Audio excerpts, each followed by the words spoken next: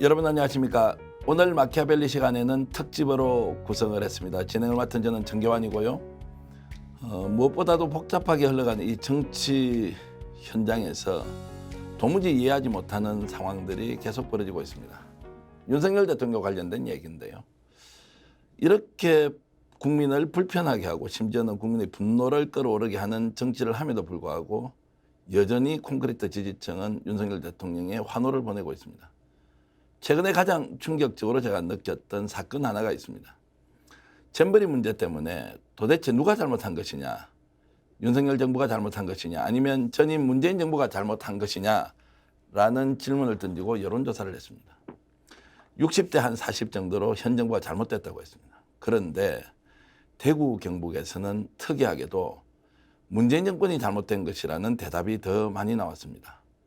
우리 국민들은 지금 윤석열 정부의 국정 운영에 대해서 정말 이성적으로 판단하고 있는 것인지, 아니면 여전히 감정에 의존해서 판단하고 있는지.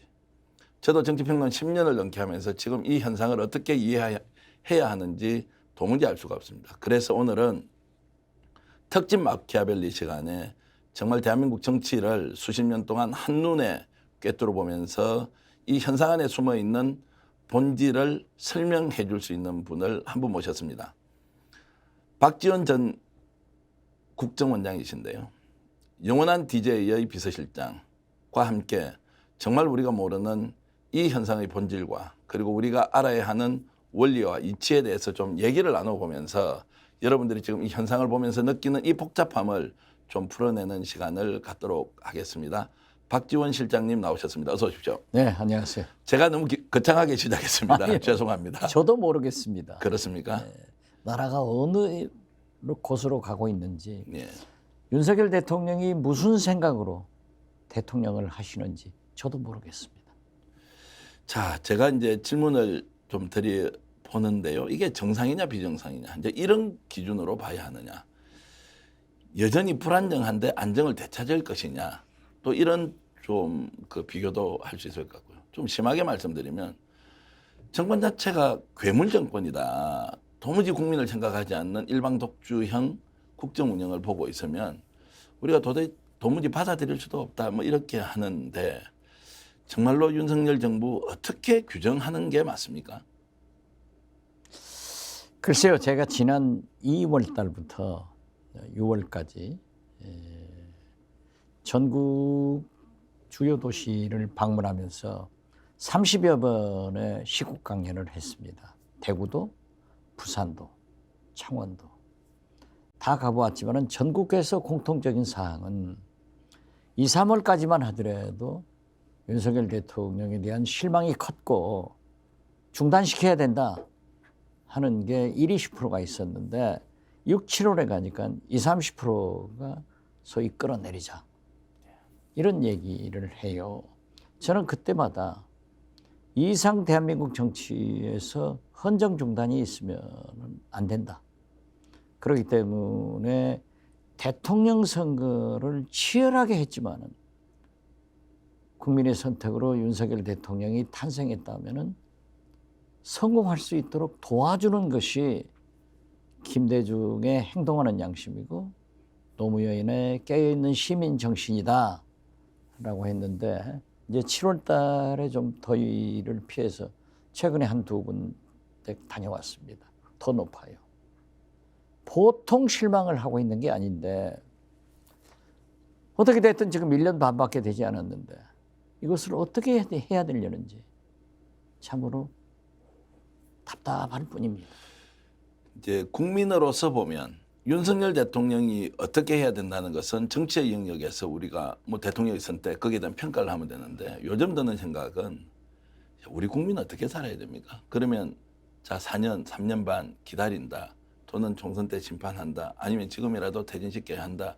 여러 이제 얘기가 있지 않습니까? 당연히 뭐 임기가 정해져 있는 대통령을 중도에 하차시키는 건 말이 안 된다는 것을 이론적으로 잘 알지만 국민 정서로 보면 그런 단계를 넘어선 것 같다. 라는 이런 얘기들 많이 하고 있습니다. 그렇지만 어떤 경우에도 헌정 중단은 하지 않아야 된다 하는 저는 생각을 가지고 있고 박근혜 대통령 탄핵 때도 먼저 국민의 촛불이 탔고 제도권 정당에서는 늦게 참여를 했습니다. 그래서 무엇보다도 민심이 국민이 어떻게 흘러가느냐에 결정적인 포인트가 있는데 어떻게 됐든 윤석열 집권 1년 반 만에 민주주의, 서민경제, 남북관계, 외교가 총체적으로 파탄돼서 저는 대한민국의 4대 위기가 와 있다.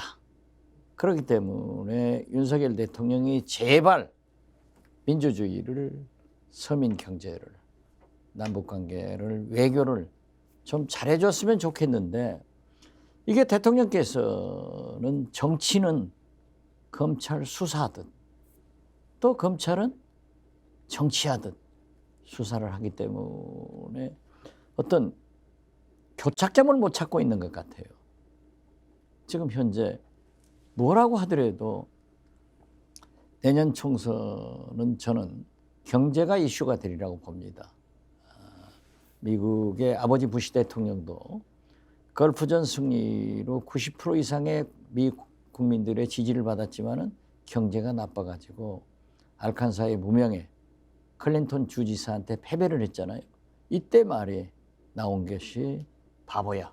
문제는 경제야. 그런데 지금 현재 우리 옛날부터 그러지 않습니까? 백성은, 국민은 배부르고 등 따뜻해야 조용하다. 그래서 이 경제 파탄이 오면은 저는 참 어려워질 것 같은 그런 불길한 예감을 가지고 있습니다. 그 민주주의 파괴나 국정 운영에서 대통령이 전횡을 하고 통합적 정치를 하지 않는 이 분야 외에 지금 말씀하신 내용은 결국 이제 경제 문제가 오히려 더 국민들한테는 현실의 문제로 다가와서 내년 총선은 결국 경제 심판론 이런 쪽으로 갈 가능성이 높다고 보신다는 저는 말씀? 그렇게 보고 있습니다. 네. 역대 정권에 제가 사실 김대중 정부에서 2000년 6.15 남북 정상회담 특사를 했지 않습니까? 그때도 총선 앞두고 이제 남북 정상회담이 최초로 성사됐다 하는 것을 제가 문화관광부 장관 자격으로 당시 박재규 통일부 장관과 함께 발표를 했는데 굉장히 국민들한테는 쇼킹하게 또 야당에서는 엄청난 반발을 했지만은 나중에 총선 끝나고 여론조사 결과를 보면은 그 영향이 2%밖에 안 미친다. 네. 결국 경제 문제라고 생각합니다. 네. 그래서 우리가 일반적으로 보면은 남북 문제가 가장 큰 이슈로 대두되지만은 그러한 것은 투표의 영향이 경제보다 못하다. 저는 그렇게 봅니다. 여론조사상으로 보면 지금 뭐 민주당, 국힘 뭐 할 거 없이 아주 저조한 지지율을 유지하고 있는데 그래서 이제 전문가들도 내년 총선에서 정권 심판론이 우세할 것이다. 아니면 민주당이 이 정도로 가면 결국 국힘이 이길 수도 있다. 이런 여러 가지 이제 갑론을박 또는 백가쟁명식의 예측을 하고 있지 않습니까? 그 박 실장님이 보시기에는 지금 현재 이 상태대로 가면 내년 총선에서는 윤석열 정부가 어떤 식으로 심판을 받는다. 이런 지금 견해를 갖고 계십니까? 그래서 지금 말씀드린 대로 예. 저는 윤석열 대통령이 민주주의를 파괴해서 이동관 같은 분을 방통위원장으로 임명 강행할 것이고 지금 보면은 KBS 이사장 이사, MBC 이사장 이사를 해임해 가지고 곧 KBS 사장과 MBC 이사장이 바뀔 거예요. 오늘 정현주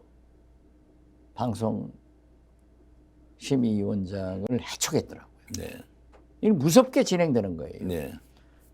그러나 국민들은 언론의 자유가 충분히 있다. 현직 대통령을 비록 문재인 정부였지만은 공산주의자라고 공산당이라고 하더라도 법원에서 무죄가 나요. 또 누구나 저 자신도 윤석열 대통령을 가차없이 비판하고 있기 때문에 국민들은 언론의 자유가 있는 것으로 알아요. 민주주의에 대한 향유를 하는 겁니다. 그렇지만 이 서민 경제가 몰락한 것은 자기 스스로가 피부로 느끼잖아요. 네. 그렇기 때문에 저는 그 이슈가 가장 클 것이다. 또 남북 문제가 파탄됐다고 하더라도 제가 볼 때는 한반도 전쟁은 일어나지 않습니다. 네. 저는 단연코 일어나지 않는다. 북한은 미국이 무서워서 전쟁 도발을 못하고 한국은 미국이 못하게 하니까 못한다. 그러나 국지적 도발은 있을 것이다. 또 지금 현재 김정은은 반드시 내년 바이든 트럼프 대통령 선거를 앞두고 핵실험을 할 겁니다. 그래도 별로 느끼지 않아요. 아울러서 지금 외교 문제만 하더라도 중국을 배척함으로써 우리의 경제적 타격이 엄청나잖아요. 지금 현재 우리 달러박스였던 중국 시장을 우리가 1등 하던 게 5등으로 전락했습니다. 대만 1등, 2등 미국, 3등 일본, 4등 호주인데 대만, 미국, 일본, 호주는 지금 중국하고 전쟁 일촉즉발의 그런 위기가 있으면서도 상거래는 활발하게 한단 말이에요. 우리는 못하고 있는 거예요. 네. 우리가 5등으로 전락했고 곧 모자나 베트남한테 5위짜리도 뺏기지 않느냐 이런 전망이 나오는데 이렇게 경제가 어려워지면 우리가 지금 현재 미국과 금리 차이가 2%포인트 차이 나잖아요. 우리 한국은행에서도 금리 올려야 될 수밖에 없고 금리를 올렸을 때 서민, 중소기업 그 이자 부담을 어떻게 합니까? 물가는 어떻게 합니까? 그래서 저는 어려움이 올 것이다. 그리고 마지막으로 경제가 이렇게 나쁜 게 외교의 실패에서 온다. 김대중 대통령도 우리나라는 세계에서 인구가 가장 많고 돈이 가장 많은 미국, 일본, 중국, 러시아 이 4강에 둘러싸여 있기 때문에 외교만 잘하면 돈도 벌고 평화도 가질 수 있다. 우리는 지정학적으로 도랑에 든 소이기 때문에 미국 풀도 먹어야 되고 중국 풀도 먹어야 된다. 한쪽 풀만 먹으면 영양실조 걸린다. 하는데 윤석열 정부는 지금 현재 완전히 미국, 일본으로 가버리고 중국, 러시아는 버리지 않습니까? 이러니까 경제가 좋아질 리가 없어요. 그래서 저는 이러한 복합적인 이유를 보더라도 참 문제가 많다. 한 가지 더 첨언하자면은 미국 MIT 에스모글로 교수가 경제학자 아니에요? 국가는 왜 패망했는가? 그 책을 보도에 보면은 윤석열 대통령이 읽었다는데 이 MIT 경제학 교수 에스모글로가 한국 경제는 어떻게 해야 좋아지느냐 하니까는 그 말씀이 한국은 정치적 갈등을 해소해야 경제를 살릴 수 있다. 그런데 정치가 지금 엉망 아니에요. 아무것도 모르겠어요. 그래서 저는 굉장히 어둡게 봅니다.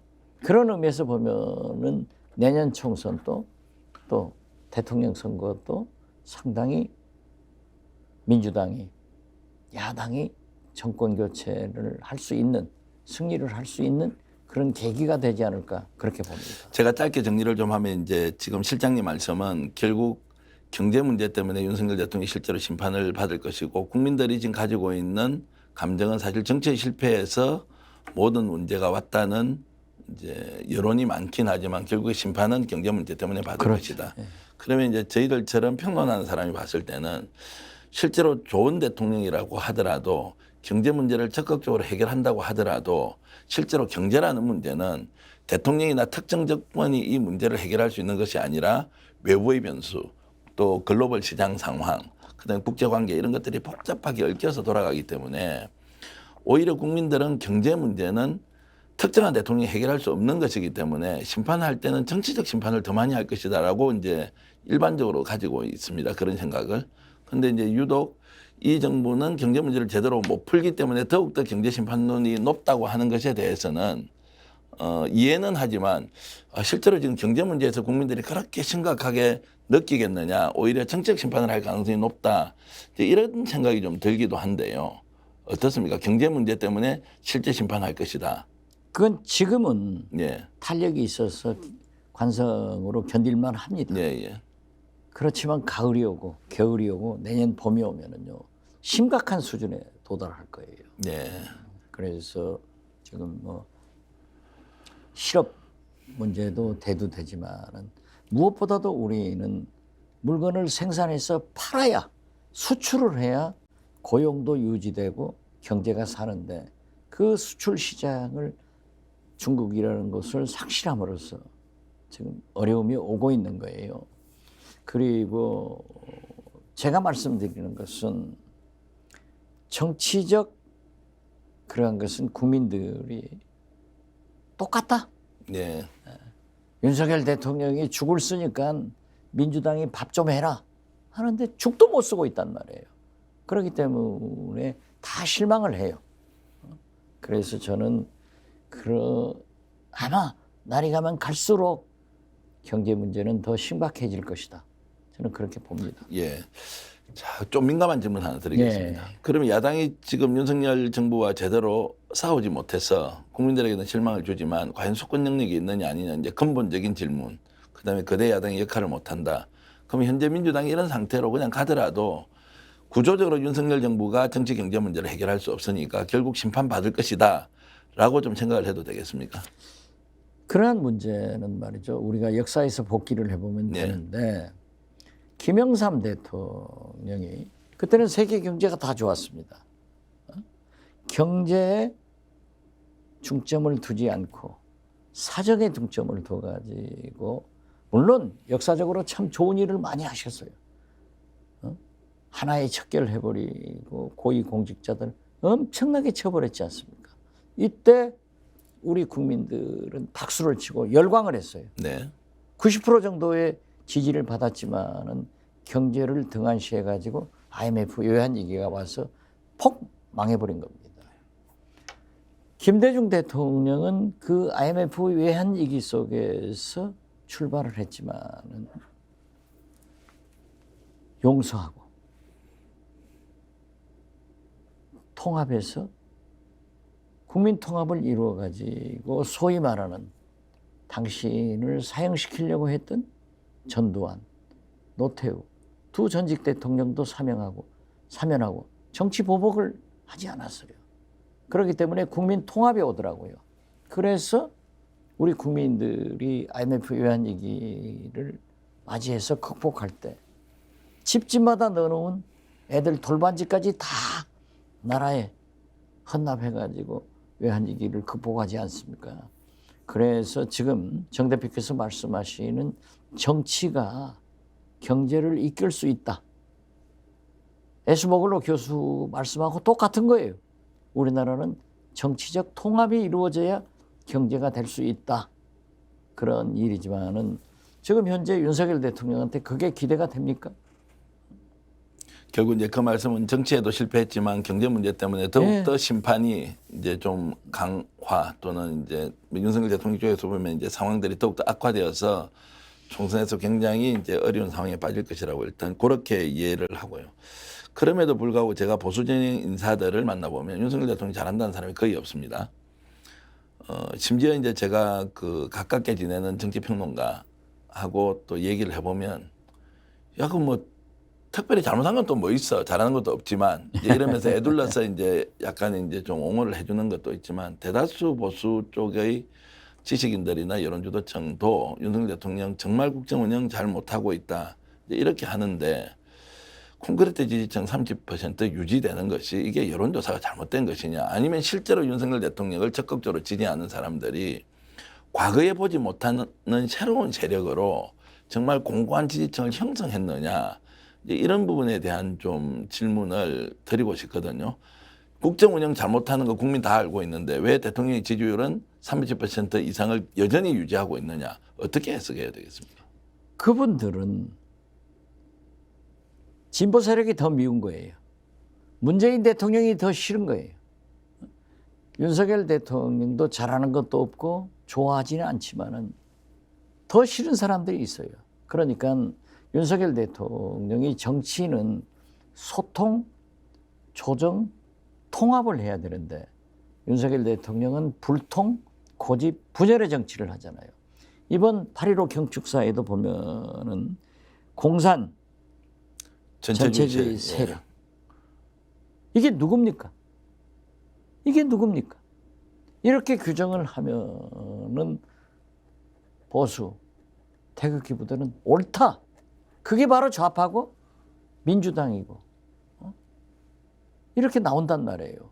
그러니까 집토끼는 30%가 뭉쳐가지만은 중도, 진보 세력이 대통령한테 뭉쳐주지 않기 때문에 유의미한 의미가 있는 최소한 45% 절반의 지지를 윤석열 대통령은 도저히 받을 수 없는 정치를 하고 있다.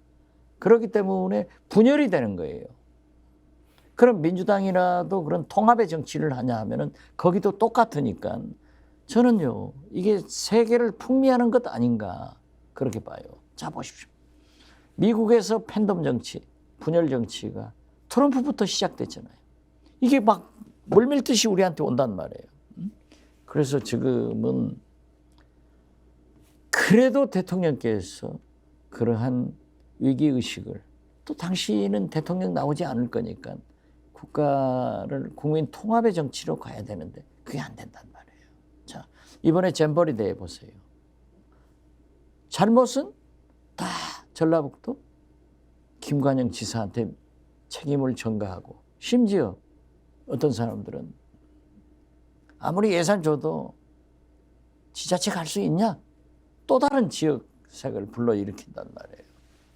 그러니까 우리가 대한민국의 가장 큰 문제가 분단, 동서 갈등 이러한 문제가 있었기 때문에 그래도 역대 대통령들이 그러한 것을 해결하려고 남북대화도 동서 통합을 위해서도 많은 노력을 했어요. 특히요, 아이러니컬하게도 5.18을 주도했던 전두환 대통령이 호남에 대한 배려를 많이 했습니다. 그런데 지금 윤석열 대통령은 처음부터 인수위원회, 대통령실, 내각 모든 것에 실력 위주로 하겠다 하고 호남을 빼버리잖아요. 그러니까 또다시 갈등이 생기고 있는데 이러한 것들의 분열의 정치를 대통령께서 거둬들여야 됩니다. 협치를 누가 해야 됩니까? 1년 반간 야당 대표도 한 번 안 만나고 전직 대통령도 한 번도 초청 안 하고 이것이 과연 되겠냐 이거죠. 제가 짧게 나눠서 좀 여쭤보겠습니다. 이제 잼버리 책임 윤석열 정부에 있는 거 맞지 않습니까? 이게 비율로 나눠야 됩니까? 이제 정권에서 대통령을 모시고 비서실장 하셨고 당의 원내대표 하셨고 집권당도 다 해보셨지 않습니까? 저는 나누자는 게 아니에요. 이게 지금 현재 잼버리 대회 했을 때 저도 굉장히 공격을 했습니다. 예. 아니 윤석열 대통령이 현장에서 가서 보시면 뭘 하냐. 예. 폭염 경보는 내리고 잼버리 대원들은 쓰러져 가고 주무장관, 여가부 장관 방에는 에어컨이 뻥뻥, 대통령 내부는 휴가. 이게 되느냐 이거죠. 국가 경영 능력도 문제지만은 위기 관리 능력도 이게 상실되지 않느냐. 저는 지금도요. 책임 소재를 따지자는 게 아니에요. 이걸 잘못된 것을 철저히 규명해서 반복하지 않도록 해야지. 지금 중앙정부는 하나도 없고 전라북도 김관영 지사다. 또 보십시오.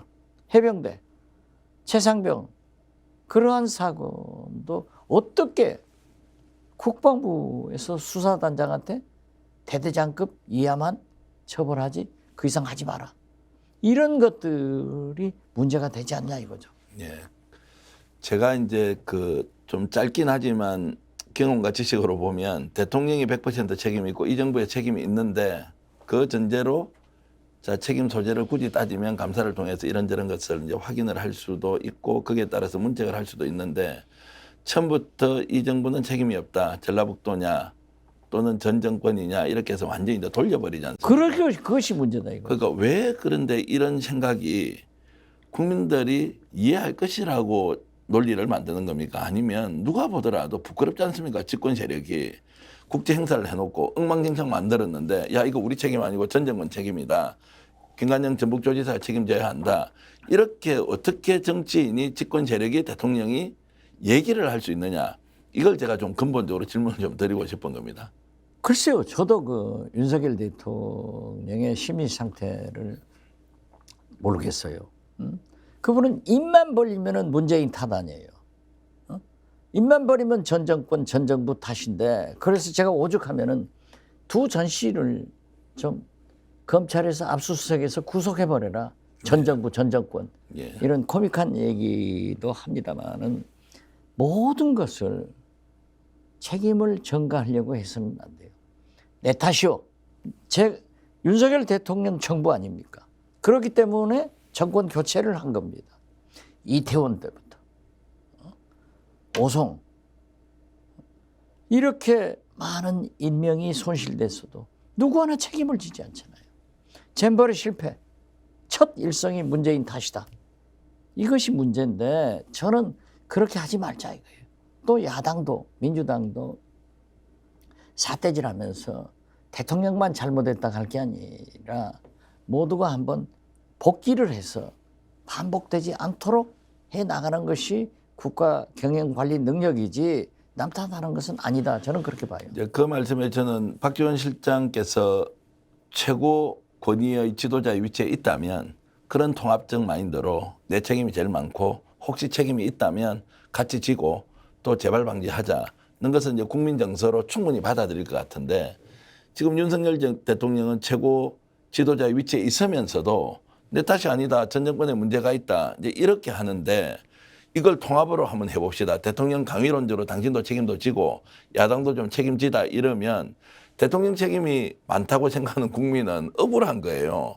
내가 책임이 많은데 야당도 같이 손잡고 해결해 봅시다가 아니고 나는 책임 없고 전 정권 책임 있고 야당이 무슨 소리 하느냐 너희들 책임이다라고 돌리는데 이것도 좀 통합을 해보자고 하면 국민이 정서적으로 좀 받아들이기 어려운 측면이 좀 있는 것 같은데요. 저는 근본적으로 보면은 윤석열 대통령이 검찰주의자예요. 네.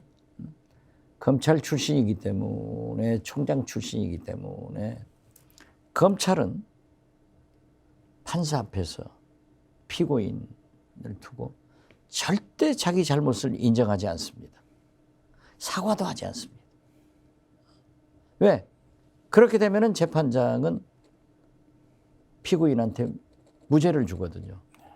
그러니까 유죄 무죄 개념을 가지고 검찰주의자들은 절대 자기 오류를 인정하지 않는다라고 하는데 윤석열 검찰총장이 아니에요. 대통령이에요. 그리고 1년 반이 됐어요. 그렇기 때문에 저는 어떤 책임 소재 이것보다는 내 탓이요 하면서 고쳐나가자 이거예요. 이제 조금 답답한 것이 이제 그 고쳐 나가서 국민들이 정말 좋은 정치를 한번 보고 싶다는 바람을 실현해 주면 좋은데 어찌됐든 지금은 그럼 대통령이 검사처럼 해버리면 우리가 잘못 뽑은 거 아닙니까? 잘못 뽑은 겁니까? 아니면 사람을 잘못 본 겁니까? 사람을 잘못 봤겠죠. 또 우리 민주당 입장에서 보면 잘못 뽑은 거고. 예. 그러나 국민이 선택한 거 아니에요. 0.73% 졌다, 뭐 억울하다 이건 필요 없어요. 국민이 선택했으면은 우리가 승복하는 것은 더 큰 민주주의예요. 그럼 지금 이제 국민의 위치에서 보면 대통령 바뀔 가능성이 없고 집권 여당은 저렇게 계속 덮어씌우기만 할 거고 그럼 국민도 이제 이걸 계속 쳐다보고 있으면서 그냥 3년 반이 지나가기를 기다리고 그때 가서 정권 교체하자 이렇게 하기에도 사실 너무 많은 시간이 그러니까 내년 총선도 있고 예. 또 대선도 있는 거예요. 예. 그렇지. 그렇게 그 방법 위에는 없지 않습니까? 현재는 없다. 끌어내려야 돼요? 또 탄핵해야 돼요? 이건 아니죠. 자, 이번에 잼버리와 관련해서 이제 좀 하나 여쭤보고 싶은 게요. 이제 정말 대구 경북에서는 잼버리 누가 잘못했느냐라고 여론조사를 했는데 예. 문재인 정권이 잘못했다. 이런 의견이 한 43.6%가 나왔고요. 현재 윤석열 정부가 잘못했다는 게 한 38.7%가 뉴스토마토의 여론조사에서 나왔는데 전국적으로 보면 이런 지역이 대구 경북만 유독 전 정권이 잘못됐다는 것이고 전체적으로 보면 윤석열 정부가 잘못했다는 게 60%를 조금 넘고 문재인 정부가 잘못이 있다면 한 31% 정도이다. 이제 더블 스코어 정도 차이가 네, 났습니다. 대구 경북에서 문재인 정부가 잘못해서 잼버리 이런 사태가 벌어졌다라고 하는 대구 경북의 민심에 대해서는 어떻게 해석을 하십니까? 대구 경북이 물론 보수적이다 예, 이런 얘기도 하지만은 이 국민의힘의 뿌리 아니에요. 네, 대구 경북이 그러면은 호남에 가면은 정반대로 나오잖아요. 그러기 때문에 제가 모두에 말씀드렸듯이 남북 분단과 동서 갈등이 우리 대한민국의 가장 큰 문제인데 이것을 통합으로 이끄는 역할을 그래도 대통령이 하셔야 된다. 김대중 대통령은 처음으로 평화적 정권 교체를 했지만은 소위 말하는 동진 정책, 대구 경북의 김중권 전 노태우 대통령의 정무수석을 비서실장으로 또 그 민정당 출신 이종찬 원장 국정원장으로 했잖아요.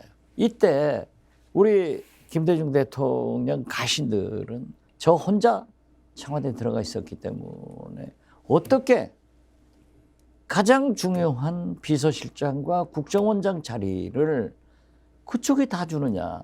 하나는 우리가 가져야 될 것 아니냐 하는 얘기를 저한테 계속 압박을 하면서 김대중 대통령한테 말씀드리라고 했어요. 저도 말씀드렸더니 그러지 말자.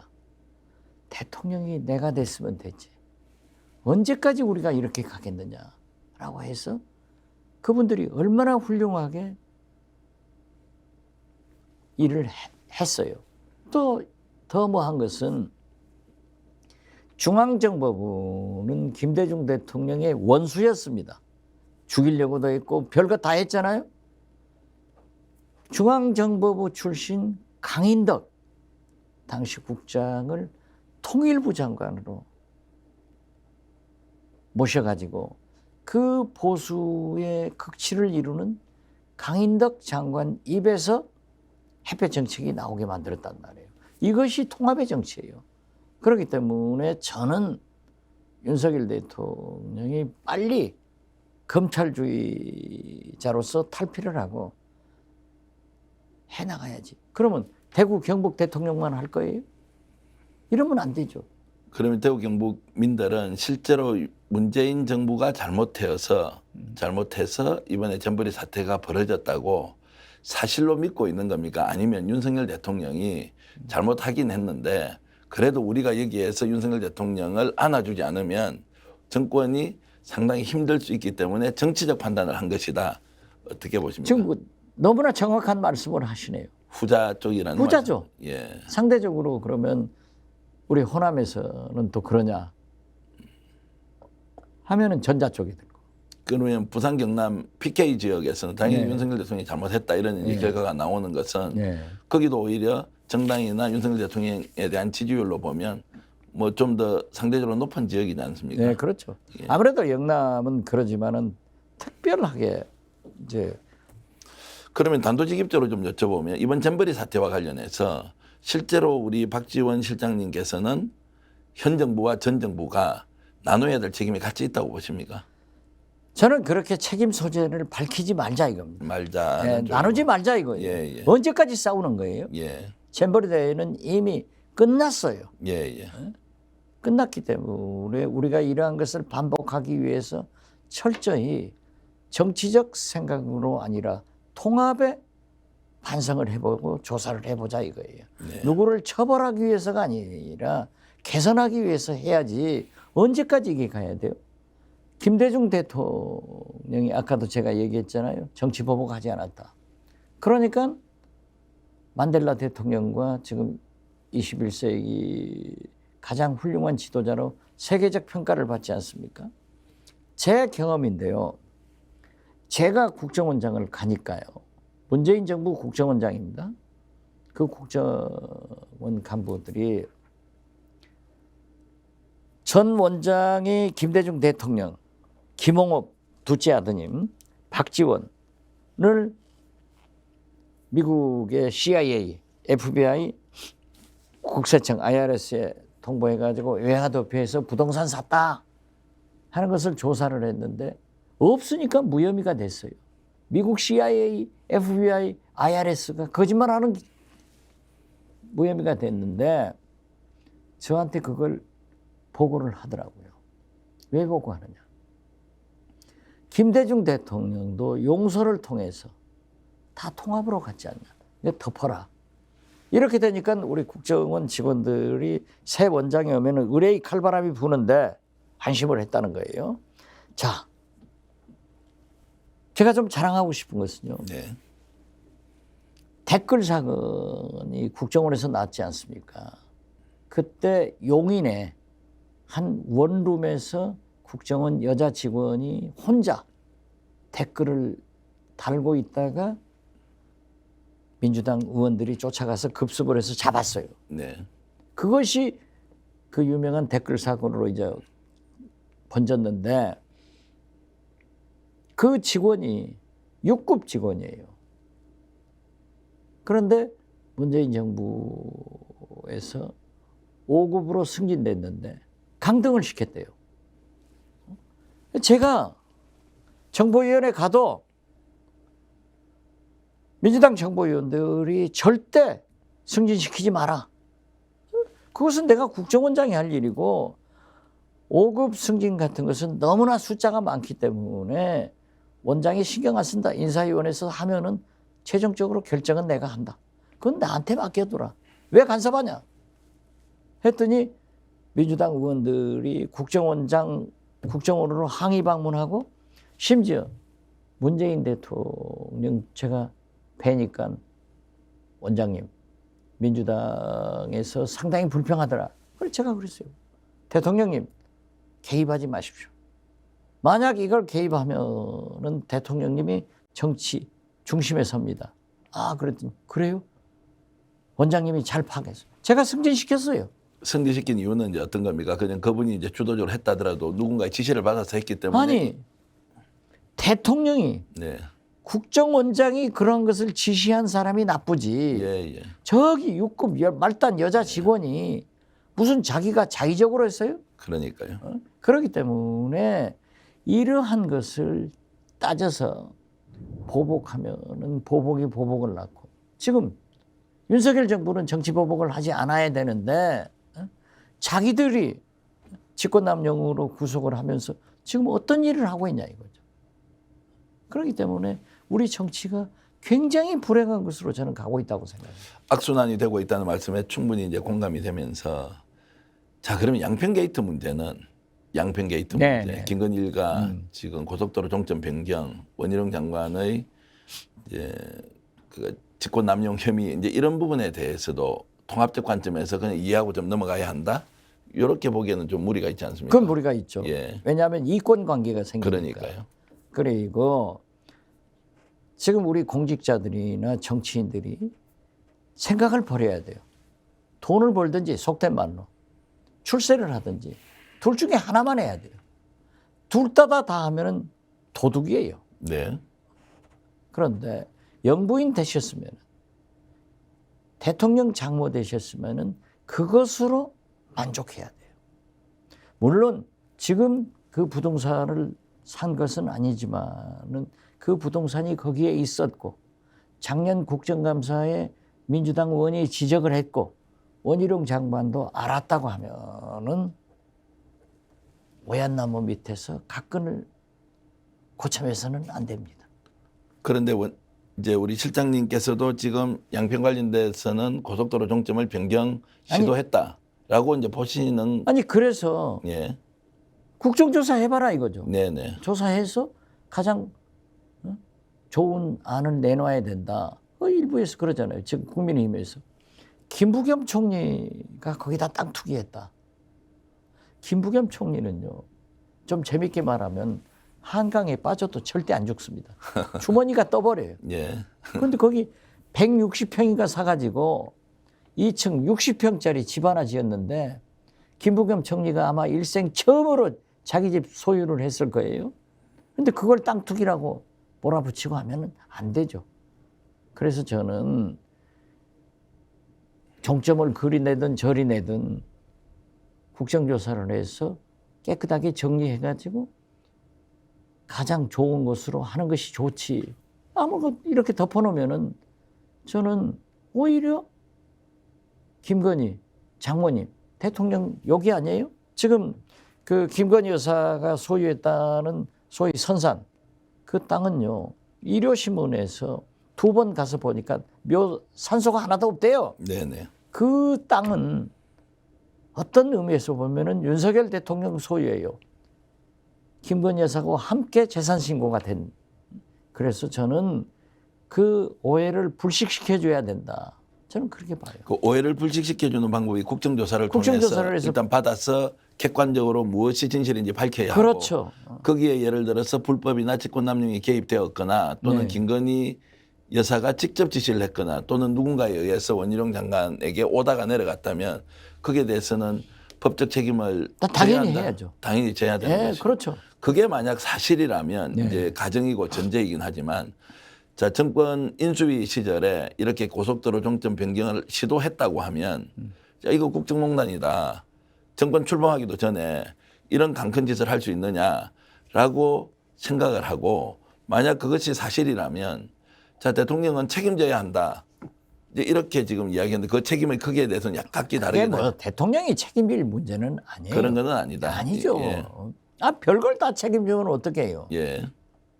그건 아니고. 그러면은 김건희 여사 책임지고 원희룡 아니 장관 책임지고. 김건희 여사도 예. 그 땅을 대통령 취임 후 영부인이 돼가지고 네. 대통령 선거 후에 땅을 사가지고 그렇게 놨다가면은 문제가 되겠죠.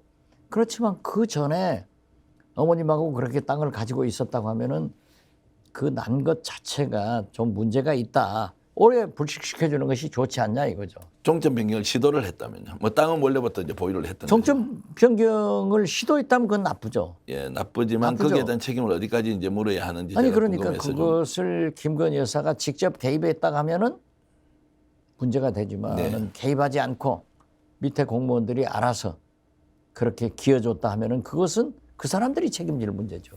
그것 때문에 뭐 정권 전체가 책임을 져야 하거나 특히 윤석열 대통령이 그런 적까지 갈 사안은 아니다. 그렇죠. 그거 예. 가지고 뭐 대통령이 뭐 물러간다 어쩐다 이런 시대는 아니라니까요. 예. 저는 지금도 그러잖아요. 헌정 중단이 돼서는 안 된다. 이건 분명히 우리 정치권에서 얘기를 해줘야지 아무리 야당을 한다고 뭐 방귀만 껴도 대통령 물러가라 이런 것은 아니죠. 어떤 경우에도 헌정 중단은 되어서는 안 된다는 저는 이제 그런- 그것은 이제 정치적 예. 소신으로 제가 그렇죠. 이제 이해를 예. 하고요. 아니 우리가 헌정 중단이 이승만, 박정희, 박근혜 예. 얼마나 불행한 역사였어요. 이걸 반복하지 말자 이거죠. 오늘 이제 말씀을 들으면서 저희들은 이제 일종의 현장에서 움직이는 많은 사람들의 이야기를 듣다 보니까 결국 이제 윤석열 대통령이 하고 있는 국정 운영의 난맥상 실패 그리고 거듭된 국민 무시 정치 뭐 이제 이런 것들을 보면 자격이 없다. 왜 정치를 계속 하느냐. 그러면 남 탓할 것 같으면 차라리 내려놔라. 돌려달라. 이런 이야기를 하는 목소리를 많이 들었는데 오늘은 이제 실장님 말씀을 들어보면 그런 국민적 정서는 충분히 가지고 있을 수 있으나 헌정이 중단되어서는 안 되고 책임에 대해서도 좀 더 지혜롭게 어디까지 물어야 되고 어디까지는 용인해야 되는지를 좀 더 이제 종합적으로 판단할 필요가 있다 이런 당연히 조언으로 그래야죠. 들립니다. 국민이 선택한 대통령 아니에요. 예, 그렇기 때문에 임기가 헌법에 딱 명시되어 있잖아요. 예, 그러니까 지킬 건 지켜야지만은 어떻게 됐든 지금 현재 윤석열 대통령이 집권 1년 반 만에 거듭 말씀드리지만 민주주의가 서민 경제가 남북 관계가 외교가 이렇게 파탄의 길로 가서는 안 된다. 지금이라도 빨리 좀 야당과도 대화를 하고 중지를 모아서 좋은 인사들을 등용해서 써야지 왜 꼭 실패한 MB 정부 사람들만 다 갖다가 쓰냐 이것이 문제죠. 자, 지금 이제 토론이 막바지로 이제 가면서 예. 저는 이제 궁금한 것이 우리 박지원 실장님이 예. 내년 총선 출마 이제 이미 선언하셨고 예. 고향 발전을 위해서 마지막 예. 국가에 봉사하고 헌신하는 이제 기회를 만들겠다고 하셔서 좀 놀랍기도 하고 또는 그런 또 판단과 결정이 앞으로 실제 우리 대한민국을 좀 발전시키는데 큰 기여를 할 수 있겠다는 기대를 하고 있는데 대화를 이렇게 나눠보면서 아 정말 건강하시구나. 건강에는 특별한 비결이 있는가. 연세에 비해서 너무나 왕성한 활동을 하시고 지금도 뭐 방송에서 조금 있다가 라이브 KBS도 가셔야 되고 또 오늘도 방송 몇 개를 이렇게 하시면서 왕성한 활동을 하고 계신데 그 비결 좀 여쭤봐도 되겠습니까? 글쎄요. 제가 오늘 방송 4번째 하고 예. 또 11시에는 KBS도 라이브 하는데 5개를 합니다. 네. 물론 내일은 금요일인데 김대중 대통령 14주기지만 제가 1년 전에 박영선 장관하고 등산 갔다가 넘어져 가지고 왼쪽 다리를 다쳐서 휠체어 타고 목발 짚고 다니고 했어요. 지금 철심이 둘에 박혀 있는데 내일 아침에 입원을 해서 그 철심을 제거합니다. 그러면 좀 더 좋아지겠죠. 그렇지만 저는 분명한 목표를 가지고 열심히 운동을 합니다. 지금 제가 이 방송이 끝나면은 8시부터 10시까지 2시간 동안 여의도 공원을 걷고 집에 들어가서 샤워하고 KBS 방송 가는 거예요. 그런 그렇기 힘은 때문에 예. 목표를 가지고 저는 열심히 운동한다. 잘 먹고 잘 자고 잘 걷고 참지 않고 말하고 참으면 암 걸려요. 그런 말씀은 이제 어떻습니까? 현실 정치를 오랫동안 하셔서 생긴 겁니까? 아니면 현실 정치를 하시기 전에 사업가로서도 사실 미국에서 큰 성공을 거두셨잖아요. 사업에서 좀 단련되신 것 같습니까? 아니면 김대중 대통령과 함께 정치적 동기를 가지고 현장에서 정치를 하면서 단련된 그런 힘입니까? 어떤 사업을 하면서도 단련을 했지만 예.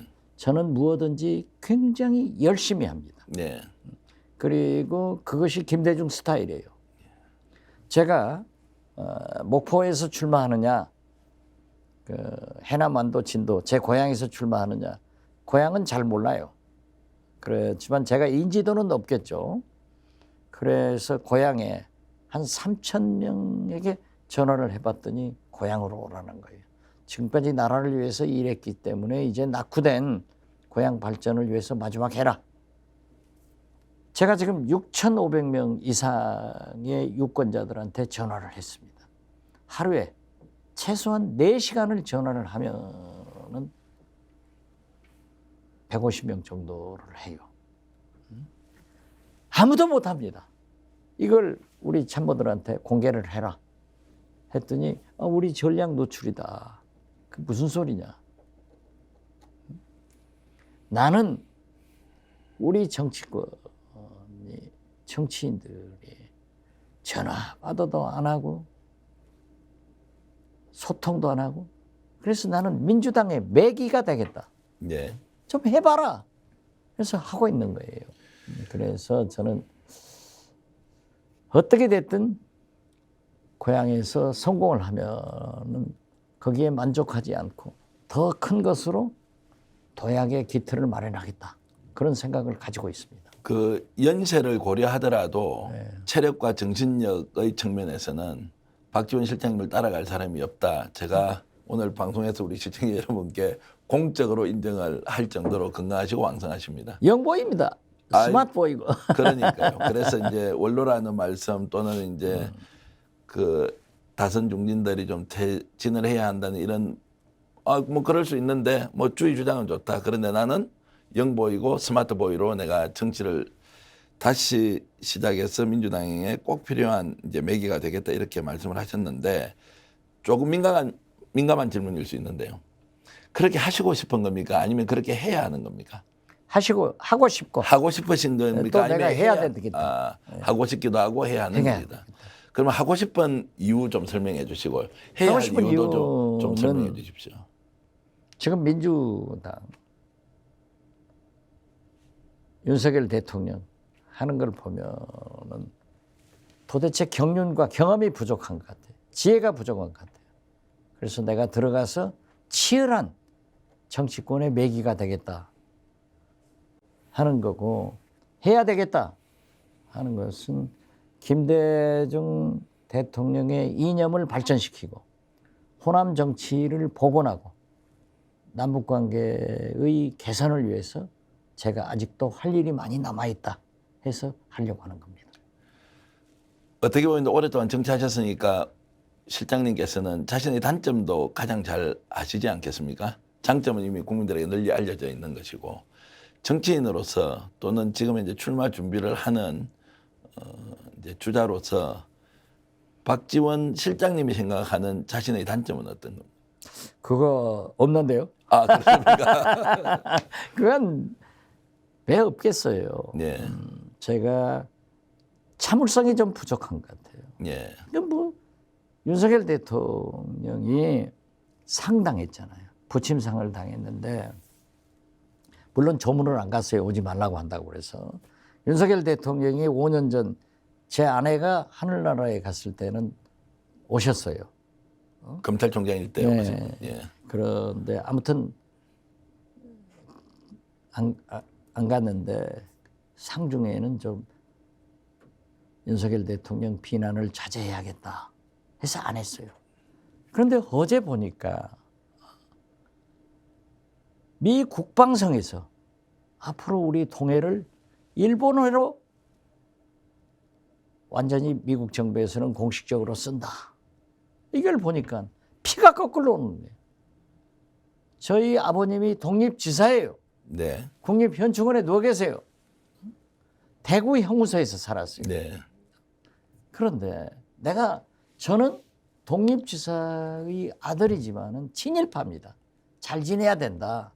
그래서 윤석열 대통령이 뭐 강제징용 같은 것을 확 무질러서 해버린 것도 나는 불가피한 점도 있지만은 그래도 우리 역사와 민족 자존심에 대해서 생각하는 대통령이 돼야지, 저건 너무 심하다 이렇게 생각했는데, 자 보십시오. 동해를 부르타스 넘어져 미국이 일본해로 표시한다. 그러면 윤석열 대통령은 우리 영토도 팔아먹는 대통령이 되지 않느냐. 그래서 어제 도저히 하루만 참으면 되는데 못 참겠더라고요. 그래서 어젯밤에 SNS에 올렸어요. 그런데 오늘 우리 언론들이나 어디도, 민주당도 그 문제에 대해서 이런 방구도 하지 않더라고요. 그렇지만 저는 오늘 오늘 저녁 5번째 방송에 가서도 이 얘기는 할 거예요. 자, 8월 18일 한미일 정상회담에서 최소한 후쿠시마 오염수는 우리 전문가들이 검증을 할 때까지 방류를 중지해라. 그리고 바이든 대통령에게는 역사적으로도 동해다, 일본은 표기를 하지 마라, 이런 얘기를 하고 오셔야 된다 했는데 그 못 참았어요. 네. 그런데 제가 이제 듣기로는 참지 못한 게 장점으로 오히려 보입니다. 왜냐하면 할 말을, 그래도 참아야죠. 예, 그래도 참아야죠. 어쨌든 오늘 말씀을 들으면서 많은 사람들이 윤석열 정부에 대해서 어떤 식으로든 평가를 넘어서 심판을 해야 한다고 하는데, 그럼에도 불구하고 이제 박지원 실장께서는 헌정에서 이제 보장하고 있는 대통령 임기는 일단 받아들여야 하고, 지속적으로 대통령에게 비판을 하는 것은 아무리 수위를 높여도 좋으나 그것이 제도권 안에서 이루어지는 것이 훨씬 더 지혜롭다, 이런 말씀을 이제 그렇죠. 해주신 것 제가 이제 기억하면서 어찌됐든 건강하게 내년 총선까지 국민들에게 많은 희망과 그리고 기회를 이렇게 제공하면서 좋은 정치로서 민주당으로 출마하시는 거 맞죠? 그렇죠. 예. 꼭 도와주십시오. 아유, 뭐 그러려면은 저희들이 예, 지금 완도 전복 예, 하루에 하나씩 자시고 네, 예, 해남 고구마로 아침 식사하세요. 예. 저는 그걸 하기 때문에 이렇게 피부가 예, 그런 말씀을 하시는 박지원 실장을 보시면 해남 진도 그리고 완도. 해안 진도 완도 유권자들은 굉장히 좋아하겠습니다. 저도 큰 정치를 하시는 분이 제 지역구에 국회의원이면 더 좋겠다라는 것이 생각이기도 하고 또 일반적으로 큰 정치를 하는 분이 자신의 지역을 대표해주면 더 좋겠다 이제 이런 생각하시는 분이 있으니 바로 그런 말씀을 하시더라고요. 네. 그러니까 저를 위해서 해남반도 진도에서 한번 초청을 할 테니까 19강연 한번 해주세요. 그렇게 꼭 하기로 하고요. 마지막으로 이제 부탁도 좀 드리고 싶은 예. 것이 민주당 내에서 박지원 이제 실장께서 출마하는 것이 맞다 아니다 이런 여러 가지 논란이 있지 않습니까? 예. 그것도 오늘 말씀해 주신 대로 통합의 정치로 그분들의 비판이 잘못된 것이 아니라 여러 의견 중에 하나로 그렇죠. 존재하기 네. 때문에 이분들도 충분히 인정하고 이해하도록 설득해 주시고 그렇죠. 그리고 민주당은 또 제1야당으로서 역할 제대로 할 수 있게 예. 하고 윤석열 대통령은 대통령으로서 국민을 대표하는 사람으로서 정치를 좀 더 정상적으로 가져갈 수 있게 당연히 하는 그렇게 해야죠. 이제 이런 부분에서 정말로 크게 기여하는 것이 예. 국가를 위한 애국이고 헌신이고 또 박지원 실장께서 우리 국민들을 위해서 해주셔야 하는 또 의무가 아닌가 이런 생각이 드는데 한 말씀 부탁드립니다. 꼭 그렇게 하겠습니다. 예, 제가 대구에 가서 서문시장을 가자. 그랬더니 우리 대구시당 강민구 위원장 등 간부들이 거기는 국민의힘이 가실 곳이지 민주당은 못 간다고 갔어요. 네, 갔는데 굉장히 환영해 주더라고요. 네. 그래서 정치인은 비난을 하더라도 부딪혀서 소통하고 설득하고 그래서 조정해가지고 통합으로 가자. 그러한 일을 저는 하겠다 말씀드리면서 감사합니다. 다음 기회가 있으면 이제 민주당이 실제로 국민을 위한 정당으로 또 제1야당으로 어떻게 거듭나고 혁신하고 변화해야 하는지도 기회를 한번 주시면 꼭 모시고 고언을 듣겠습니다. 빠른 시일 내에 한번 만드십시오. 그렇게 하겠습니다. 어쨌든 오늘 바쁘신 중에도 이렇게 박지원 실장께서 손수 나들이 하셔서 스픽스 애청자 여러분들을 만나 주셨습니다. 여러분 어떻게 보셨습니까? 결국에는 국민을 위한 정치가 무엇인지 끊임없이 고민하는 정치인이 바로 우리가 희망을 갖도록 하는 우리의 대표가 아닌가 이런 생각을 하면서 장시간 이렇게 박지원 실장님과 의견을 나눴는데 여러분들도 오늘 좋은 정치에 대한 생각 의미 있게 한 번쯤 되돌아 보시기 바랍니다. 지금까지 특집으로 꾸며드린 마키아벨리였고요. 저는 정계환이었고요. 박지원 실장님께 다시 한 번 더 감사드리면서 오늘 방송 모두 마치겠습니다. 시청해 주신 여러분 고맙습니다.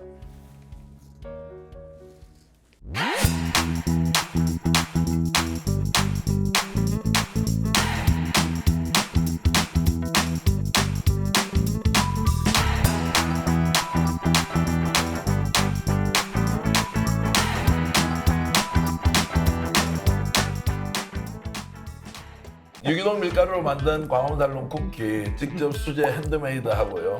방부제도 안 들어가고요. 첨가제 같은 것도 안 들어가고 순수하게 유기농 밀가루로 다른 재료를 섞어서 하기 때문에 여러분 드셔보시면 건강한 쿠키다 이런 생각 드실 텐데요. 쿠키 종류가 많아서 골라 먹는 재미가 맛있어요. 있고 택배로도 받으실 수 예, 있죠. 예, 근데 맞습니다. 직접 와서 드시면 좋은 게 여기 또 커피가 맛있어서 네. 같이 먹으면 또 맛있더라고요.